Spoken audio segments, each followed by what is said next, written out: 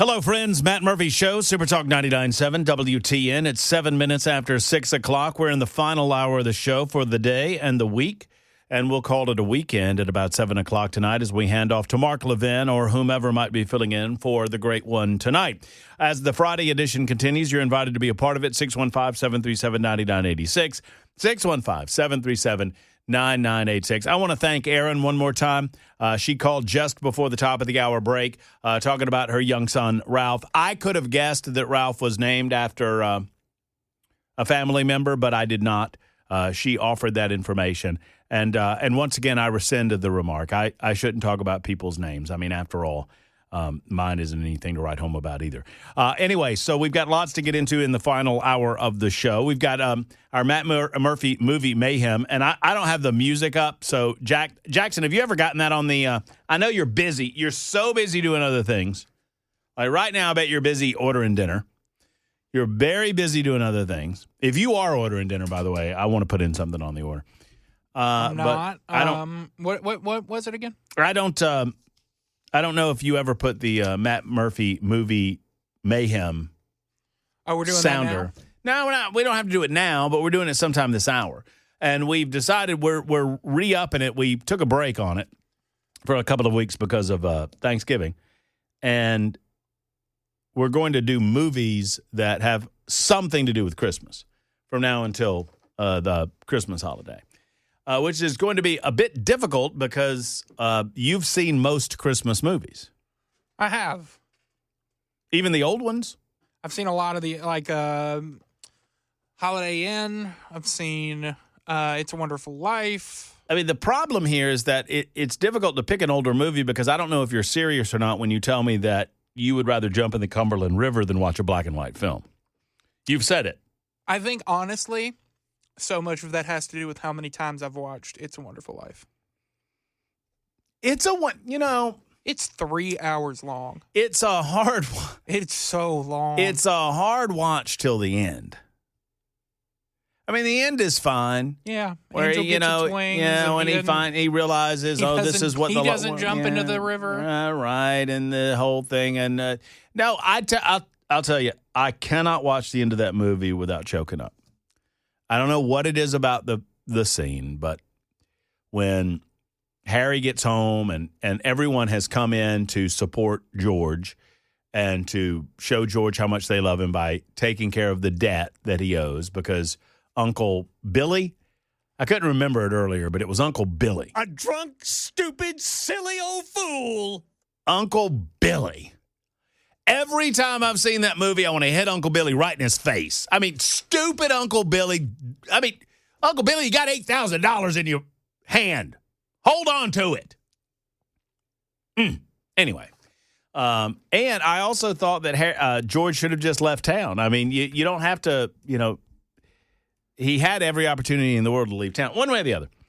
But at the end of that film, man, when everybody comes in and they're giving the money and they're making it right and, they're making the audit okay, and his brother Harry comes and says to my big brother George, the richest man in town, it is because he is. Because wealth has nothing to do with the amount of money you have in your bank account or in your wallet. And it could have been both if Uncle Billy wasn't an idiot. Well, true that. I mean, Uncle Billy was a problem. There's no question. Fun fact about that film, Jackson. Do you remember what the police officer and the cab driver's names were? No. You do not. You ever watch Sesame Street? Bert and Ernie? Mm-hmm. And how did Bert and Ernie get their names? Bert and Ernie from It's a Wonderful Life. Oh. And now you know. So maybe I'll ask you to. No, you've already seen it, so I can't ask you to watch It's a Wonderful Life. Please, no. I watch it every Christmas Eve with my family. Oh, they love that one, do they? They love it. I can't. I'm done with it. I've seen it. It was fine the first. I've watched it I'm 25. I'm a little done. You know what I'm a little done with? And this is going to tick. I'm a little done with A Christmas Story because we see it so much. So I've seen that movie, but we have it on all day while we're doing Christmas stuff. Right. I don't think I've actually sat down and watched that movie in probably 10 years. I mean, it's some great scenes. It's a great film, but I mean, I could recite it chapter and verse. Mm-hmm. I think maybe I'll lobby for National Lampoon's Christmas Vacation on the loop as opposed to A Christmas Story. Oh, we get a watch Christmas that every Story. year, too. I love that movie. I mean, a lot you of great. watch the TV edited version. My dad bought the DVD because the TV edited version isn't fun. No. It omits too many good. Yeah, like the punchlines, like the jokes are still there, but the punchline isn't there because it's a swear word. Yeah, they're all screwed up. It's full. Yeah, right. I mean, yeah. Yeah. Pooper's full. Whatever he said. I don't even know what he said. It just does not have the same punch. Full. Oh, is it really? Yeah. Full. What's that smell? Fried pussycat. My favorite is his rant at the end of the movie. Oh, yeah. Classic. Hallelujah. Where's the Tylenol? Oh, man, that cracks me up. That's my favorite. That's one of my favorite movie monologues of all time. And just the delivery of Chevy Chase. We're sorry. It's our first kid now. But they edit everything. They can't edit where her hand is. No, they cannot.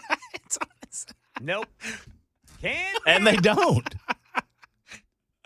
But I don't know why, but my favorite line of that movie is the police officer when they're busting in the doors and the guy says, no, it was a misunderstanding. I canceled the Christmas bonuses. That's low down, mister. Yeah. You know what? If I had a rubber hose, I would be. No.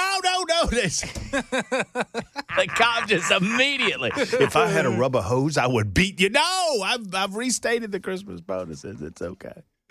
Cousin Eddie. Yeah, that leisure suit. It's great. The other good line in that film, there's a lot of underrated There's lines. so many great. When they're in the Play ball. The blessing. No, they're in the store and he's talking to him. The truth of the matter is we're busted. We drove into town on fumes. Gave all the money we had to that TV preacher. And he says, what about the kids? Oh, his kids can fend for themselves. It's like, no, your kids, Eddie. Your kids. Oh. Such a good movie. Die Hard's a Christmas movie. I've seen Die Hard. Yes, sir. I mean, is there any debate? Everybody wants to debate this. Die Hard is I mean, it happens on. I never watch it, or I've only seen it once. Because I was curious. It was mentioned a bunch of times in a show I like. Now I have a machine gun. Ho, ho, ho. Alan Rickman, R.I.P., buddy. All right. I hesitate to bring the party down by bringing this up. But I think it merits it's important enough to merit it. And we don't have to do video on this. That's fine. But I do want to play the audio on this. Candace Owens. Candace Owens has lost her mind. Candace Owens is a bona fide conspiracy theorist and has been for some time. But she decided in the aftermath of the assassination of Charlie Kirk to completely, I don't know if she decided or just her brain broke, but she has now completely gone off the rails. And like most conspiracy theorists, as I was saying earlier, Candace is a great example of this. She comes to conclusions, or she wants you to come to certain conclusions, and she chooses to omit information that might not draw you down to that conclusion and only include said information that would lead you to that particular case. And she has made the case very emphatically on her podcast that Tyler Robinson is a patsy and that Turning Point USA had something to do with the death of Charlie Kirk, that the upper echelons of Turning Point USA were in on the assassination of Charlie Kirk, going so far as to include members of the French government, to talk about Egyptian planes coming into Utah, which, by the way, there's a very easy explanation for that. There's a mechanical facility in that area that does work on those types of planes, but one way or the other. And she's now claiming that the French want to assassinate her, and that the French and the French Legionnaires or something along those lines had something to do with the assassination of her friend, Charlie Kirk. despite the fact that they were disassociated from one another. And I guess he maintained or attempted to maintain a friendship with her, but he had dissolved any professional relationship that they had had for years. Megyn Kelly has taken up for Candace Owens in as much as she's just asking. I'm just asking questions. What's wrong with asking questions? Nothing. Nobody stopped you from asking questions, lady. Nobody stopped you from being crazy, although you're crazy. Megyn Kelly had an opportunity to speak with Kash Patel today. Kash Patel is the director of the FBI, and Megyn Kelly brought some of the questions that Candace Owens has been bringing up directly to the director of the FBI, and I think it merits you hearing that exchange. Megyn Kelly earlier today with FBI Director Kash Patel. Let me start with this, the most obvious. Do you believe that we have the proper suspect in custody? Do you believe that Tyler Robinson is, in fact, the man who killed Charlie Kirk? Yes. Do you believe he acted with the help of anyone else? This investigation is being led by the Utah state authorities because it is a murder investigation. So the FBI is a supporting role in the investigative process. And so what we're doing is the same thing we did in the pipe bomb investigation.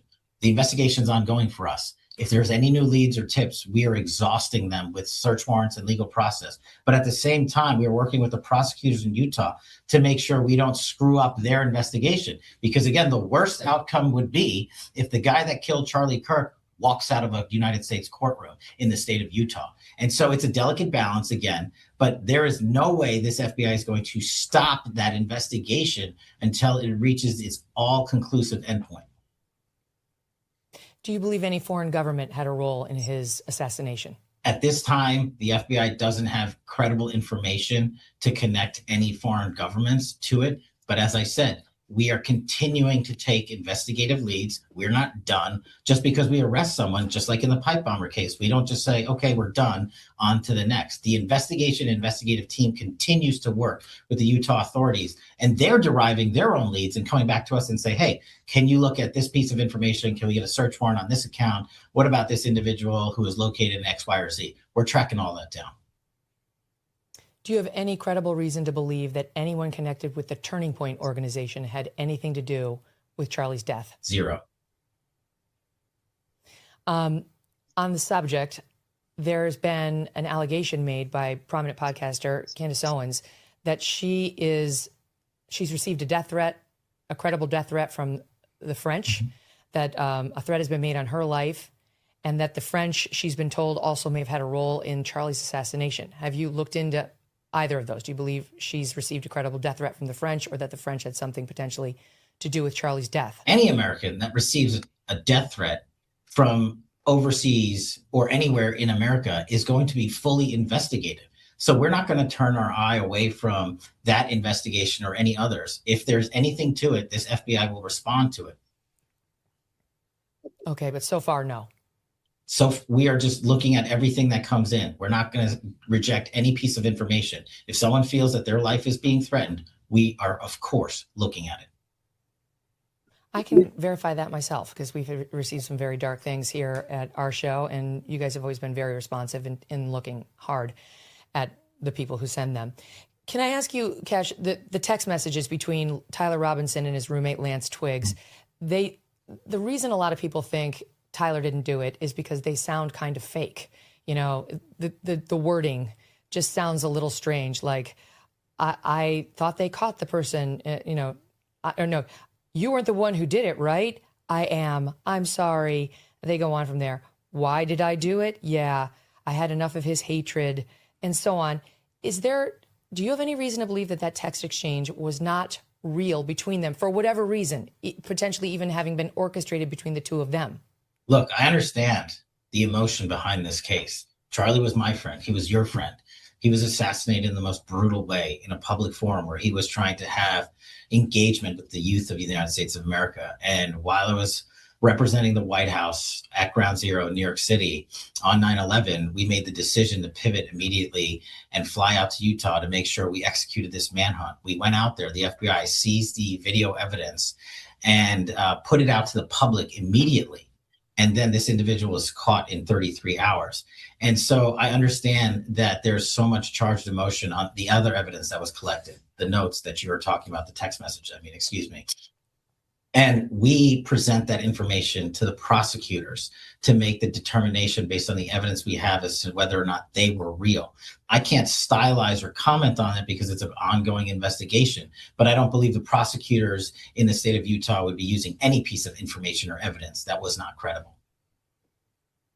Last but not least on Charlie, there were texts by certain trans individuals online before the assassination talking about something big is going to be happening, and then after he was killed saying, and there it is, leading many of us to wonder whether there was some sort of trans-Tifa connection to the murder, or at least maybe some tip-off to the community.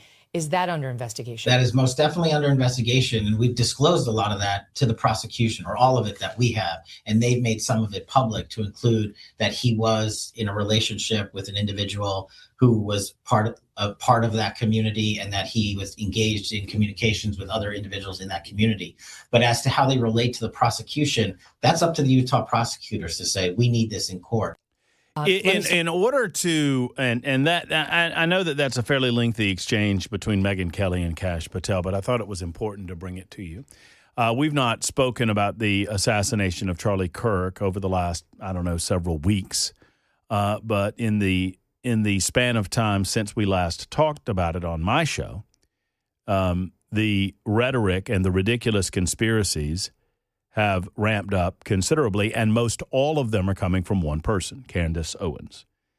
Candace Owens says things. She offers no corroboration for the things that she says. She claims that she has evidence. She takes bits and pieces of information and connects those bits and pieces of information in a way that is designed to sound credible and to sound as if they matter. They don't.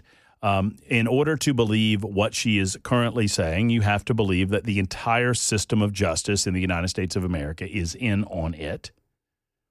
And she has said that everyone involved in Turning Point USA was in on it, to include some of the most intimate friends of Charlie Kirk. She's accused the French. She's accused the Israelis. She's accused, I guess, the Egyptians. She's accused everyone of being involved, up to and including Donald Trump and even Erica Kirk herself. It is shameful, and I've chosen to ignore it because I think that is the best thing we can do regarding Candace Owens.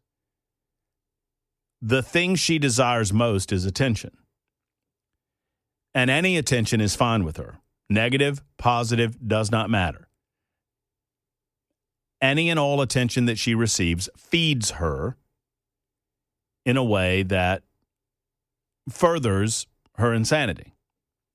And the best thing we can do is starve her through starving her from the attention that she so desperately seeks.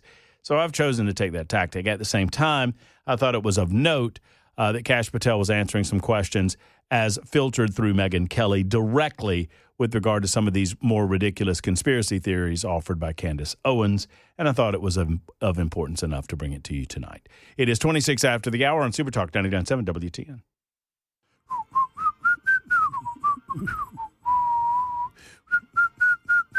Oh, hey. How are y'all? Didn't see you there. Yes, good to see you. Good to see all of you. Merry Christmas and a Happy New Year to each and every one of you. Alan writes in, he seems very angry.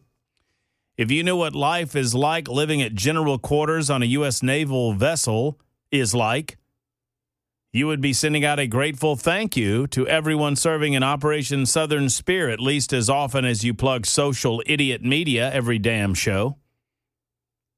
Well, that doesn't seem very nice. I'm sorry. Thank you, Alan. If you are among those who are involved in serving our United States military on a U.S. naval vessel, then I thank you, and I am grateful for you every single day of my life. I'm grateful for everyone who's put on a uniform and served. Thank you. Thank you. In the meantime, no thank you to those of you who are calling me a moron and an idiot because I disagree with Candace Owens. When you really look into things, writes 5022, you see behind and beyond the shadow of a doubt that it cannot be what you're told, and to believe otherwise to me is just dangerously naive. Okay. I look into things. Yes, I do. Everything's not a grand conspiracy. Everyone that disagrees with Candace Owens is not hopelessly naive, dumb, or in on it, although that's what she would tell you. You note that the manner in which she does her business, and I won't get too far into this because I don't really care that much, but when she gets to a dead end, she pretends like she never went down that route and she just starts again, which is why she started the entire French thing, because she got to a dead end on the Israeli thing. Right? She gets to these dead ends and she just starts fresh and never brings those back up, which is the way conspiracy theories go as well. Arlene might have a different perspective, and I am here for it. Hello, Arlene. How are you? I'm good. How are you doing? Just fine. Thank you. Well, I would just like to say that I don't really listen to Candace that much, or I didn't before this. But I think it's really sad for you to call her crazy and everything, because I don't see her as being crazy. Why? Well, let me ask you this, Arlene, and I'm sorry to interrupt you, but so she enjoys her free speech rights. You've never once heard me indicate whatsoever that I would curtail her right to speak as she chooses to speak. Why in the world wouldn't you want to afford me the same opportunity to speak as I would speak? She calls people crazy all the time, Arlene. I understand what you're saying, but it just seems like, there are several people out there that's your go-to is just to call her a crazy conspiracy theorist, when there are many people out there that do have questions. Now, I don't agree that she goes and accuses every Tom, Dick, and Harry. I think she should know more before she blames someone. But just for everyone to call her crazy and write her off as being mentally ill just because she has questions, I feel like she's just, was his friend, and she just has questions just like many of the rest of us. But well, she has a large she's not acting like a very good friend now that she's accusing Erica Kirk of being in on his murder, is she? I haven't heard that, but I don't listen to her that often. I haven't heard her accuse Erica Kirk. I just think, but specifically what I'm saying is I don't think it's okay to call her crazy. But you do have freedom of speech. Go ahead and do it. But there's many more out there doing it, calling her crazy, calling Tucker crazy, and this and that. No one's ever said Tucker was crazy until this happened. I think they just have questions, and I think it's okay to ask without being called crazy or a conspiracy theorist. Well, because there are conspiracy theories that actually have come true. And yeah, sure. You had said that in order for this to happen, the whole government would have to be in on it. And what I say to that is the whole government was in on it with the whole COVID thing. So, yes, there can be things where the whole entire government is in on it. Well, if you believe the government is covering up the assassination of, I don't know what to tell you. I don't know what to tell you. So Arlene, I'm gonna agree with you here. I take it back. I don't think Candace Owens is crazy. I think she knows exactly what she's doing, and she's fooling a lot of gullible people into benefiting her through her clout. She already had a platform in the first place. Yeah, I understand that. The people that are on YouTube, they're all doing it for clicks. They all want money. They all want followers. That's all I'm saying. I think it's just sad that there are so many people. And I'm going to say I'm not her fan. I'm just trying to stand up for somebody that it seems like everyone's against her, when I don't think she's crazy at all. I think she's a little overzealous about some things and maybe reckless, but crazy, no. Okay. Hello? Yeah, I'm here. I'm not trying to argue with you. I'm just trying to allow you to make your point. Well, I sure appreciate it. My husband listens to you every day, and he's a huge fan. And I was in the car riding with him, and he's listening, and I just wanted to call and say that I don't think it's okay that you're just automatically calling her crazy. Have you ever met her and had a conversation with her? No, I haven't. I would be happy to have her on the show, and I'd be happy to speak with her about anything that you wanted to speak about. I know that she lives somewhere around town, probably in Franklin somewhere, but here's she might be being stupid. What she's doing might be, silly and stupid. No, well, it's frustrating and it's dangerous and it's shameful that. That's the way I feel about it, Arlene. I think it's shameful because I think she knows better. I don't think she thinks for a second that the French killed Charlie Kirk. I don't think she thinks that for a second. Well, I don't think for a second that the little transgender boyfriend guy or whatever, I don't think he killed Charlie Kirk. I think it was somebody else. I don't know. Well, you know who does think that Tyler Robinson killed Charlie Kirk? Who? Kash Patel, Well, the director of the that's a whole other FBI. story there. And what I don't trust Candace Owens has done is she's shaking trust in the Trump administration through this narrative by suggesting, and she does this intentionally. She doesn't say it out loud. She suggests it, strongly allowing for her listeners to draw the conclusions for themselves. She has stated that everyone involved in the Turning Point USA orbit was involved in it. That's shameful, number one, because these were the closest friends and allies of Charlie Kirk. Number two, she has suggested that the FBI knows better that it wasn't Tyler Robinson, despite the fact that Kash Patel clearly stated that he believes Tyler Robinson is the assailant that pulled the trigger and killed Charlie Kirk. Now, Well, not everybody trusts Kash Patel in this administration right now. Like, I voted for Trump all 3 times. I've loved the man. But right now, with him having all the billionaires up in the White House and whatever, I don't trust him right now. So just because Kash Patel believes it, that's not going to, sway my opinion. I'm just saying. You don't believe – well, let me ask you this. I mean, do you believe Kash Patel's a bad actor in this? I don't know what I believe about Kash Patel. I just had, hopes and dreams that he would be doing things that he's not doing. Like what? Him, the whole administration, really.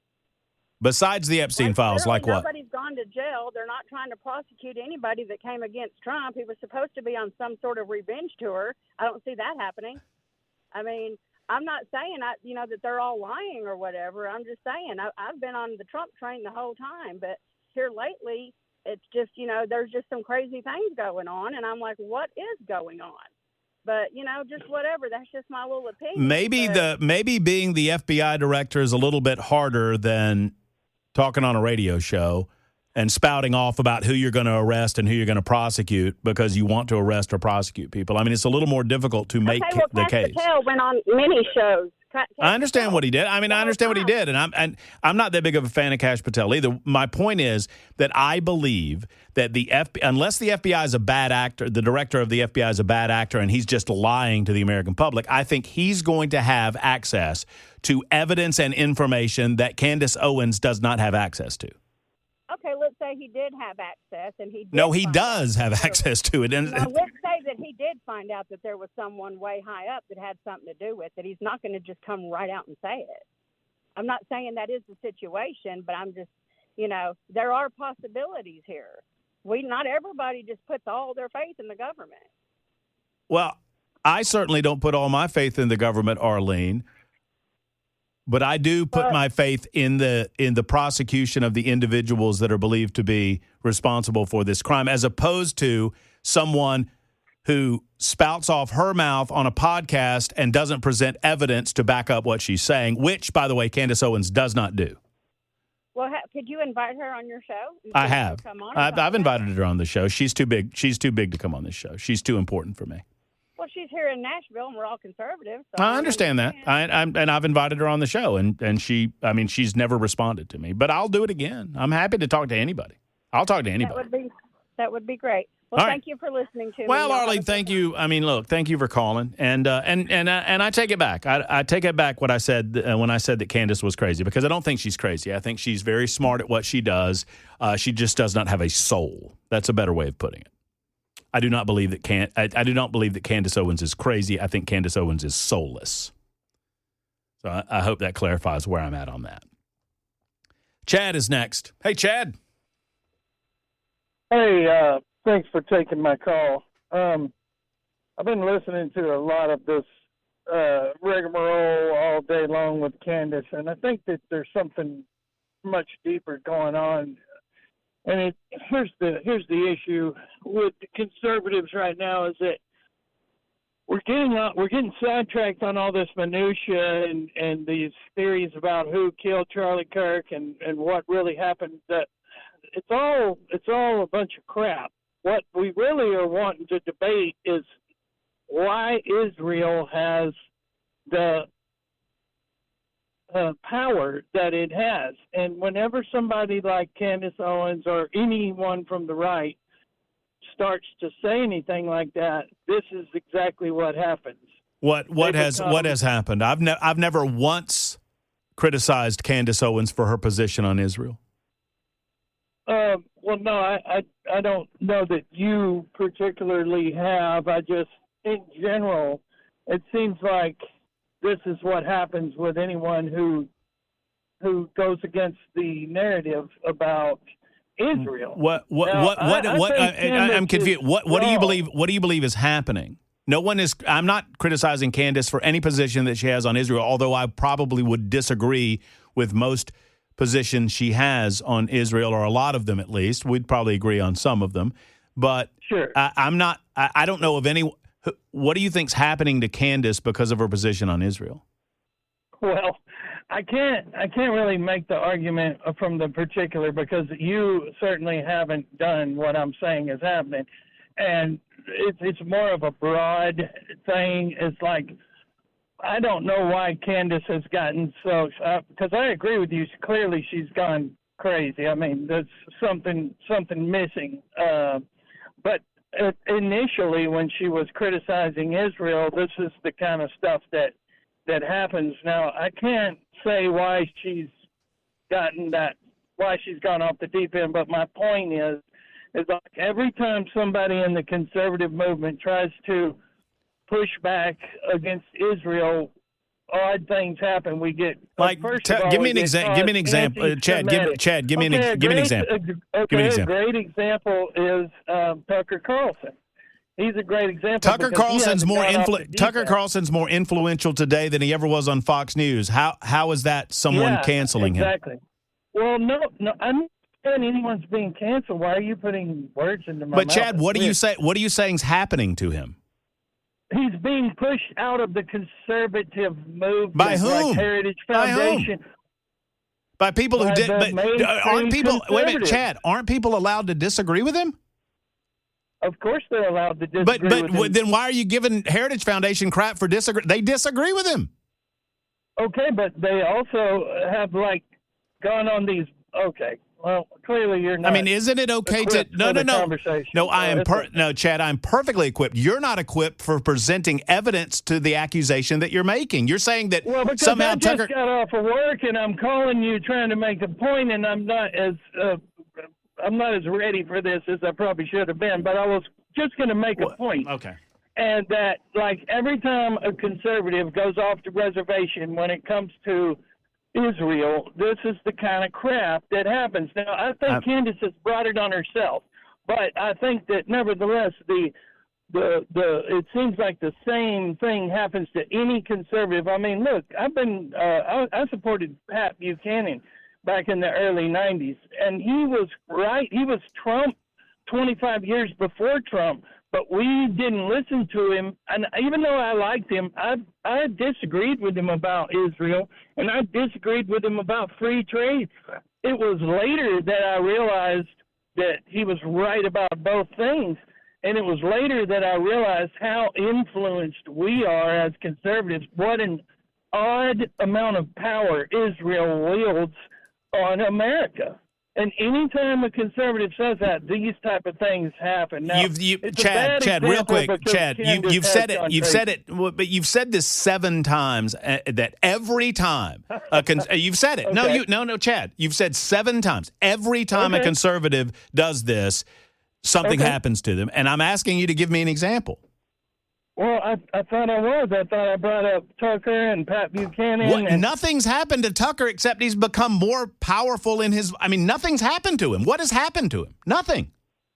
Well, you're wrong. You're playing semantics. No, I'm not. I'm sincere. Yeah, what is happening to him? But people are disagreeing with him. Okay. No, you're wrong to say that that's all that's happening. People are making him out to be a racist, anti-Semitic. Well, that's their right, Chad. That's their perception too. They have free speech too, bud. They can perceive things as they want. That's what the country's all about. Well, I couldn't agree more. So we are going to splinter as conservatives because if you want to wield your free speech the same way that a liberal does, and call someone a racist and an anti-Semite because they don't agree with your positions, then you're going to reap what you sow. When have I done that? Again, I'm not saying. Well, you're did, saying but you. certainly Well, you just said defending you. it. You just said you twice. You're So defending it. I'm not. No, Well, I defend. you as a Chad, I defend. general, Chad, and plus you're defending buddy. it. I defend speech. I defend Buddy. freedom of expression. I defend I the do ability too, but for I Tucker think Carlson I and think Candace Owens to be as within the- wrong as they want to be. I'm not. I don't suppress anyone's ability to speak freely on these issues. Okay, fantastic. But it's not a matter of whether you suppress them or not. I'm talking about within the conservative movement. Anyone who goes against Israel and the prevailing narrative becomes ostracized. They are called anti-Semite, a racist, blah, blah, blah. You know exactly what I'm talking about. You can pretend it doesn't happen, but it does.